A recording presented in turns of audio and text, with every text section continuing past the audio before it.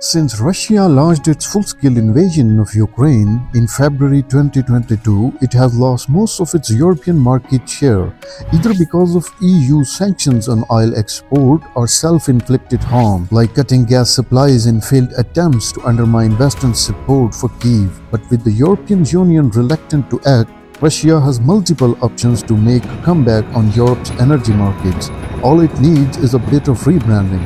A new report from CREA, Center for Research on Energy and Clean Air, has revealed that since the European Union and G7 petroleum products ban took effect on 5 February 2023 to until the end of February 2024, the EU has imported 3 billion euros of oil products from 3 Turkish ports, Ceyhan, Marmara Ereğlisi and Mersin, which have no refining hubs and have imported 86% of their oil products from Russia in the same period. Turkey's imports of Russian oil have grown almost fivefold over the last decade.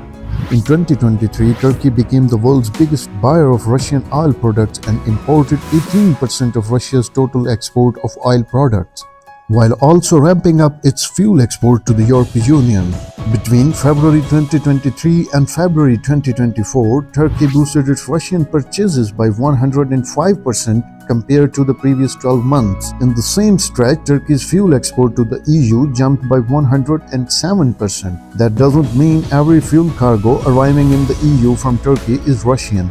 Turkey has refineries that can process almost 1 million barrels of crude per day, and Turkish firms are also likely reselling some non-Russian fuel to the EU. But the geographical situation of several Turkish ports combined with import-export data strongly indicates that a considerable amount of Russian fuel has simply been repackaged and passed on.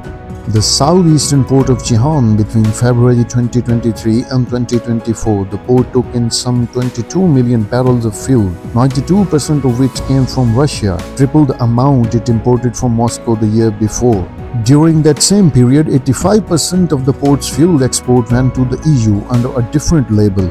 The western Marmara Ereğlisi facility and the southeastern Mersin showed similar annual spikes in the Russian imports. For Turkey, poor compliance with Brussels sanctions makes sense if the country feels it has nothing to lose with EU.